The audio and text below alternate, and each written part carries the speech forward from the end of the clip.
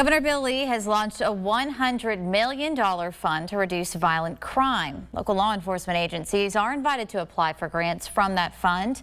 News 12's Chris Guin joins us now live with what agencies need to do if they want to take advantage of that funding. Chris. If a law enforcement agency wants to use some of this funding, they're going to need to make it clear what they intend to do with it. There are a few categories that proposals will fit into, all of which are aimed at curbing violent crime. But the key phrase here is evidence-based. The applications of this funding need to be proven means of reducing violent crime. Crime is the #1 issue by far in America and in Tennessee. Governor Bill Lee has launched a $100 million violent crime intervention fund. Law enforcement agencies are invited to apply for grants by proposing evidence-based applications of the funding. One of the reasons for using grant funds like this is, one, it's one-time money.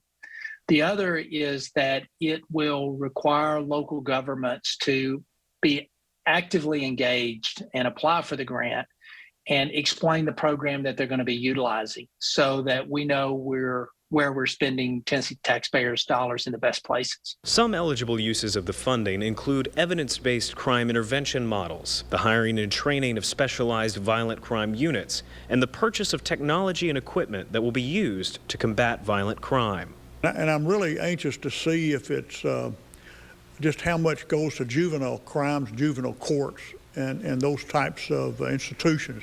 Most of our violent crimes is happening with the teenagers, and those under 18 years old are right there on that borderline. According to State Senator Todd Gardenhire, the money will also assist with law enforcement officer retention. Corrections officers, for example, make around $10,000 less than the average national salary. Correction officers, my goodness, I wouldn't want to do one of those jobs. That's got to be a tough job, and most of them are extremely rural communities, and to attract and keep employees in those communities, it's going to take more than just a pat on the back. It's got to have some good financial incentives to do what they do.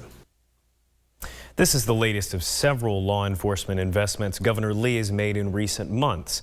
It builds on a previous investment of $24 million into the training and onboarding of new officers. Reporting live, Chris Guin, News 12.